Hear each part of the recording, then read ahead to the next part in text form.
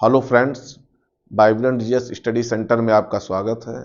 आज हमारा नया टॉपिक है भारत में क्रांतिकारी आंदोलन, जिसका समय 1905 से लेकर के 1915 ईस्वी तक का है।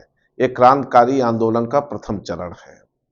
तो क्रांतिकारी आंदोलन का प्रथम चरण को शुरुआत करने से पहले पिछले क्लास में जैसे हमने आपको बताया था कि कांग्रेस के अंदर एक दूसरा गुट व्याप्त था जो कांग्रेस की उदारवादी नीतियों के खिलाफ था, और इन्हीं उदारवादी नीतियों के खिलाफ उग्रवादी चरण का प्रारंभ होता है, जो कि कांग्रेस ब्रिटिश सरकार के सामने अन्य विनय की नीति को मानने से इनकार कर दिया। और उनका यह मानना था कि अब ब्रिटिश सरकार के सामने हम अपनी बात को बहुत ही पुरजोर तरीके से कहेंगे। इसके साथ साथ उनकी स्वदेशी बहिष्कार, उनकी वस्तुओं का बहिष्कार करेंगे, स्वदेशी अपनाएंगे, इत्यादि बातों को अपनाना शुरुआत कर दिया। अब उसी का ही अगला चरण जो है क्रांतिकारी आंदोलन प्रारंभ होता है। आइए क्रांतिकारी आंदोलन के विषय में हम लोग चर्चा करते हैं। देखिए, जो क्रांतिकारी आंदोलन भारत में प्रारंभ होता है, ये आयरिश आतंकवादियों और रूसी निहिलिस्टों से बहुत प्रभावित थे। आयरिश आतंकवादियों और रूसी निहिलिस्टों से बहुत ज़्यादा प्रभावित थे। इनका जो भारत में केंद्र था वो मुख्यतः 3 जगह था, जिसमें से एक बंगाल हो गया, पंजाब हो गया और महाराष्ट्र हो गया। इसको बहुत ध्यान से सुनिएगा। भारत में जो क्रांतिकारी आंदोलन का प्रमुख 3 केंद्र थे वो बंगाल हो गया, पंजाब हो गया और महाराष्ट्र हो गया। उसके बाद इनका नारा था अनुनय विनय नहीं बल्कि युयुत्सा। अनुनय विनय किसका नारा था? ये उदारवादियों का नारा था। जब हम आपसे पहले बताए थे कि उदारवादी चरण में क्या था कि उस समय जो कांग्रेस के अगुवा थे वो भारत की समस्याओं को ब्रिटिश शासन के समक्ष बहुत ही विनम्र पूर्वक अपनी बातों को कहते थे। लेकिन अब परिस्थितियां बदल गई हैं। अब इस नारे को नकार दिया गया और बल्कि अब उसकी जगह युयुत्सा का नारा दिया गया। उसके बाद इसी क्रांतिकारी आंदोलन में 2 गुट बनता है।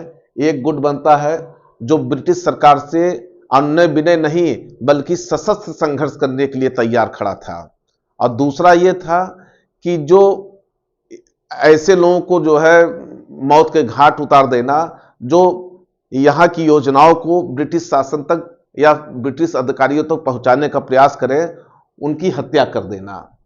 इनको जो प्रेरणा मिलती है भारत में क्रांतिकारी आंदोलन जब प्रारंभ होता है, तो इसको प्रेरणा कुछ अंतर्राष्ट्रीय उस समय और भी देशों में राष्ट्रवादी आंदोलन चल रहा था, और कई राष्ट्रों में जो है वहाँ पे इसको सफलता भी मिली।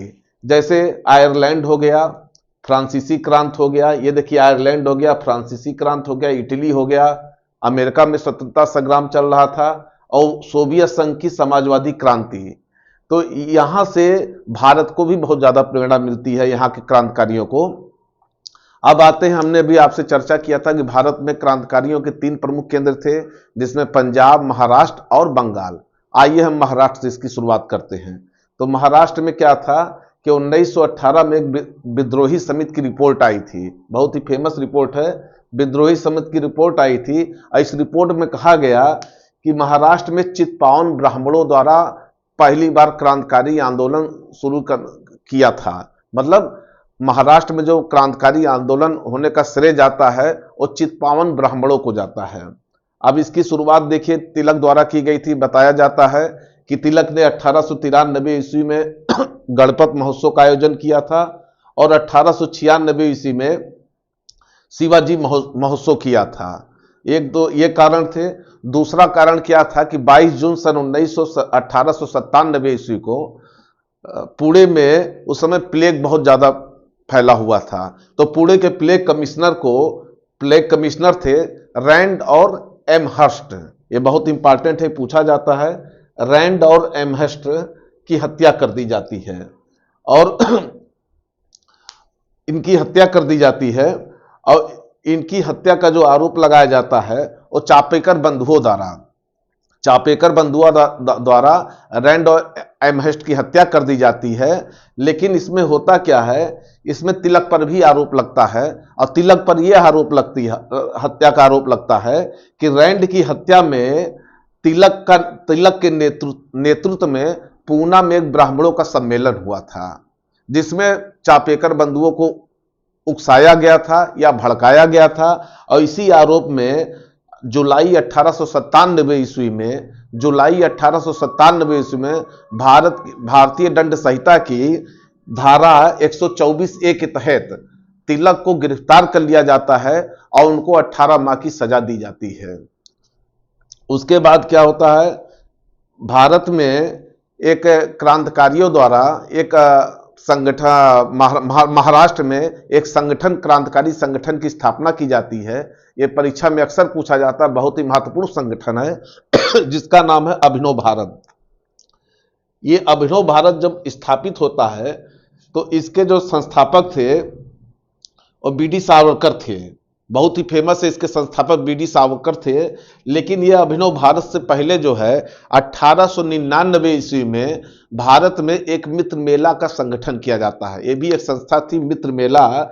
यही मित्र मेला का संस्था जो है बाद में अभिनव भारत में परिवर्तित हो जाती है। यह महाराष्ट्र की पहली क्रांतिकारी संस्था थी। ये बहुत ही फेमस है। और इसी ही अभिनव भारत के एक सदस्य थे अनंत लक्ष्मण कन्हारे, अनंत लक्ष्मण करकरे। इन्होंने ही नासिक के मजिस्ट्रेट से जैक्सन उनकी गोली मारकर हत्या कर दी थी। उनको गोली मारकर हत्या कर दी थी। और उसके बाद जो है इन्हीं का, और इसमें कितने लोग जो है इसमें कितने लोग पड़े गए, पकड़े गए, जिसमें कन्हारे, कृष्ण गोपाल करबे, देखिए कन्हारे, कृष्ण गोपाल करबे, विनायक देशपांडे, ये लोग पकड़े गए, इनको फांसी दी गई। और उसके बाद बी.डी. सावरकर को जो है ये लंदन भाग गए थे गिरफ्तारी से बचने के लिए, और इनको लंदन से गिरफ्तार करके भारत लाया गया। फिर इसी केस में नासिक षड्यंत्र केस के तहत इन पर मुकदमा चलाया गया और इनको आजीवन कारावास की सजा दी गई। तो पूछा जाता है नासिक षड्यंत्र केस, ये बहुत इंपॉर्टेंट है, इसको आप नासिक षड्यंत्र केस भी कह सकते हैं। नासिक षड्यंत्र केस के तहत इनको जो है मुकदमा चलाया गया और इनको आजीवन कारावास की सजा दी गई। अब आते हैं हम लोग बंगाल में जो क्रांतिकारी संस्थाएं थी उनकी क्या भूमिका थी, उनके विषय में चर्चा करते हैं। देखिए, बंगाल में एक अनुशीलन समिति, एक क्रांतिकारी संस्था थी या संगठन बनाया गया था क्रांतिकारियों द्वारा। ये भी बहुत प्रसिद्ध है और बहुत महत्वपूर्ण है, परीक्षा में अक्सर पूछा जाता है कि जो ये अनुशीलन समिति थी ये 2 जगह बनाई गई थी। पहला तो एक मिदनापुर में इसकी एक शाखा थी और एक शाखा इसकी कलकत्ता में थी। तो जो अनुशीलन समिति का गठन किया गया था, यह संस्था बनाई गई थी, वो 1902 ईस्वी में बनाई गई थी। तो जो मिदनापुर में बनाया गया था अनुशीलन समिति के संस्थापक थे, वो उनका नाम था ज्ञानेंद्र नाथ बसु। देखिए, ज्ञानेंद्र नाथ बसु। और उसके बाद कलकत्ता में जिस अनुशीलन समिति का गठन किया गया था उसमें 2 लोग महत्वपूर्ण थे, जिसमें जतीन्द्र नाथ बनर्जी थे और दूसरे कौन थे, बारिंद्र नाथ घोष थे। इन दोनों नामों को बहुत ध्यान से सुनिएगा, परीक्षा में अक्सर पूछे जाते हैं। जतीन्द्र नाथ बनर्जी थे और बारिंद्र नाथ घोष थे। उसके बाद बंगाल में अन्य क्रांतिकारी संस्थाएं भी थी जिनके विषय में पूछा जाता है। जैसे देख लीजिए, एक सुहद समिति थी, बहुत ही इंपॉर्टेंट है। दूसरी साधना समिति थी। तीसरा एक जो है स्वदेश बांधव समिति थी और चौथा एक व्रती समिति थी। ये चारों क्रांतिकारी संस्था जो थी बहुत महत्वपूर्ण है, अक्सर पूछा जाता है। ये जो स्वदेश बांधव समिति थी, ये उस समय बंगाल के बारिसाल जिले में इसका गठन किया गया था, और जो व्रती समिति थी ये फरीदपुर में गठन किया गया था। ये सब संस्थाएं पूछी जाती है परीक्षा में, इनको बहुत ध्यान से सुनिएगा। उसके बाद समाचार पत्रों का भी योगदान रहा है। हम इसके विषय में आपको पहले भी समाचार पत्रों के विषय में बता चुके हैं, आज फिर उसको एक बार रिपीट कर दिया जा रहा है। जैसे एक संध्या समाचार पत्र थी। संध्या समाचार पत्र के जो प्रकाशक थे वो ब्रह्म बांधव उपाध्याय थे। ये भी अक्सर परीक्षा में पूछा जाता है, सब कूट मिलाने के लिए पूछ लिया जाता है। तो जो संध्या समाचार पत्र था ये बंगाल का समाचार पत्र था। इसकी क्रांतिकारी आंदोलन में बहुत बड़ी भूमिका थी, जिसके संस्थापक ब्रह्म बांधव उपाध्याय थे। दूसरा वंदे मातरम था, यह भी बहुत महत्वपूर्ण था। इसके संस्थापक अरविंद घोष थे। और तीसरा युगांतर, ये भी बहुत महत्वपूर्ण समाचार पत्र था जिसके संस्थापक भूपेंद्र नाथ दत्त थे। तो इन लोगों की बहुत बड़ी भूमिका थी। अब आइए एक और महत्वपूर्ण केस की हम लोग चर्चा करते हैं। अलीपुर षड्यंत्र केस की बात हम लोग करते हैं। जैसे अभी महाराष्ट्र में नासिक षड्यंत्र केस की बात हमने किया था, वैसे बंगाल में अलीपुर षड्यंत्र केस की बात करते हैं। और आइए अलीपुर षड्यंत्र केस में क्या होता है कि इसमें एक बंगाल के मजिस्ट्रेट रहते हैं जिनका नाम किंग्सफोर्ड है। बंगाल के मजिस्ट्रेट किंग्सफोर्ड हैं और इनकी हत्या का प्रयास जो है दो लोगों ने किया था। एक प्रफुल्ल चाकी थे, दूसरा खुदीराम बोस थे। इन दो लोगों ने हत्या का प्रयास किया था। कब? 1908 ईस्वी में। और फिर उसके बाद क्या होता है कि खुदीराम बोस गिरफ्तार कर लिए जाते हैं। खुदीराम बोस गिरफ्तार कर लिए जाते हैं, उनको फांसी दे दी जाती है और प्रफुल्ल चाकी आत्महत्या कर लेते हैं। ये होता है।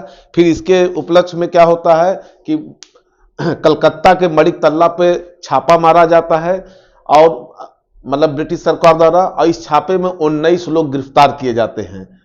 19 लोग गिरफ्तार किए जाते हैं, लेकिन उनमें से केवल 17 लोगों को ही सजा मिल पाती है। उनमें केवल 17 लोगों को ही सजा मिल पाती है, जिसमें बारिंद्र घोष को आजीवन कारावास की सजा दी जाती है और अरविंद घोष का बचाव कर लिया जाता है। इन अरविंद घोष का बचाव करने में चित्तरंजन दास की बहुत बड़ी भूमिका थी। बहुत ही महत्वपूर्ण तथ्य है। तो अरविंद घोष का बचाव, चित्तरंजन दास एड़ी चोटी लगा देते हैं उनके बचाव में, और सरकार को या न्यायालय को उचित साक्ष्य न मिलने के उचित साक्ष्य न मिलने पर अरविंद घोष को रिहा कर दिया जाता है। बाद में ही अरविंद घोष जो है पांडिचेरी चले जाते हैं और वहां पे ये आश्रम की स्थापना करते हैं। उसके बाद आता है इसी अलीपुर षड्यंत्र केस में दो सरकारी गवाह थे, बहुत महत्वपूर्ण, अक्सर परीक्षा में प्रश्न पूछा जाता है। ये सरकारी गवाह थे नरेंद्र गोसाई। इन्हीं की जो है रिपोर्ट पर जो है या 17 लोगों को गिरफ्तार किया गया था, जिनको मतलब 39 लोगों को गिरफ्तार किया गया था। बाद में इनकी जो नरेंद्र गोसाई थे, इनकी जो है कन्हई लाल दत्त द्वारा गोली मारकर हत्या कर दी जाती है। उसके बाद आते हैं हम लोग जो है बंगाल में, जो है जब ये आपका अलीपुर षड्यंत्र केस होता है, इसके बाद बंगाल में और भी विद्रोह ना हो, तो इसके लिए सरकार ने, ब्रिटिश सरकार द्वारा कुछ उचित कदम उठाया जाता है। जिसमें क्या करती है ब्रिटिश सरकार, एक 1900 में विस्फोटक पदार्थ अधिनियम के तहत जो है कार्रवाई करती है। उसके बाद 1908 में समाचार अधिनियम का सहारा लेकर के जो है फिर वहां पे जो क्रांतिकारी आंदोलन होता है उसको कुचलने का प्रयास करती है। उसके बाद आता है दिल्ली षड्यंत्र केस। ये भी बहुत महत्वपूर्ण केस है। इसमें क्या होता है कि कलकत्ता में 1912 ईस्वी में लॉर्ड हार्डिंग पर बम फेंका जाता है और इस बम फेंकने की जो योजना बनाई जाती है और रास बिहारी बोस द्वारा बनाई जाती है। फिर क्या होता है, रास बिहारी बोस गिरफ्तारी से बचने के लिए जापान चले जाते हैं। उसके बाद जो है इसमें कुछ और लोग गिरफ्तार होते हैं, देख लीजिए, बहुत महत्वपूर्ण है, जिसमें अवध बिहारी जिनका नाम है, अमीर चंद हैं, लाला मुकुंद हैं और बसंत कुमार हैं। ये लोग गिरफ्तार कर लिए जाते हैं और रास बिहारी बोस गिरफ्तारी से बचने के लिए वो जापान चले जाते हैं। फिर उसके बाद आता है पंजाब में आतंकवादी घटनाएं। अभी हमने आपसे चर्चा किया था कि बंगाल, महाराष्ट्र, पंजाब में 3 जगह ये आतंकवादी केंद्र थे भारत में। क्रांतिकारी आंदोलनों का केंद्र, सॉरी आतंकवादी नहीं, क्रांतिकारी आंदोलनों का केंद्र था, जिसमें पंजाब में आतंकवाद या क्रांतिकारी आंदोलन का जो उदय हुआ है उसके पीछे कुछ महत्वपूर्ण कारण थे। पंजाब का एक अलग परिस्थिति थी, जैसे वहां बार बार अकाल पड़ना, भू राजस्व का बढ़ना, सिंचाई करों में वृद्धि, ये 3 बहुत महत्वपूर्ण कारण थे। और जो पंजाब में इसका नेतृत्व करते थे वहां पे 3 महत्वपूर्ण नेता थे, जिसमें अजीत सिंह का नाम आता है, सूफी अम्बा प्रसाद का नाम आता है और लाला लाजपत राय का नाम आता है। फिर जो है एक बहुत महत्वपूर्ण चीज आपको बता दें कि अमेरिका में जो गदर पार्टी की स्थापना की जाती है, तो उस गदर पार्टी का अमेरिका के बाद भारत में उसका प्रमुख केंद्र जो है वो पंजाब राज था। फिर उसके बाद पंजाब में क्या होता है, सूफी अम्बा प्रसाद और अजीत सिंह भारत से बाहर चले जाते हैं, अफगानिस्तान में चले जाते हैं। यही अजीत सिंह थे, लाहौर में इन्होंने एक संस्था का निर्माण किया था जिसका नाम था अंजुमने मुहिब्बाने वतन, अंजुमने मुहिब्बाने वतन, ये संस्था बहुत पूछी जाती है परीक्षा में कि इसका जो है संस्थापक कौन था। तो अंजुमने मुहिब्बाने वतन नामक संस्था का संस्थापक अजीत सिंह थे, और यही अजीत सिंह लाहौर में एक अखबार का प्रकाशन इन्होंने किया था, वो भी बहुत महत्वपूर्ण अखबार है जिसका नाम है भारत माता। तो इस प्रकार से ये टॉपिक आज ये समाप्त हुआ। कल से भारत के बाहर जो क्रांतिकारी गतिविधियां हुई थी, क्रांतिकारी गतिविधियां हुई थी, उनकी चर्चा हम कल करेंगे। धन्यवाद।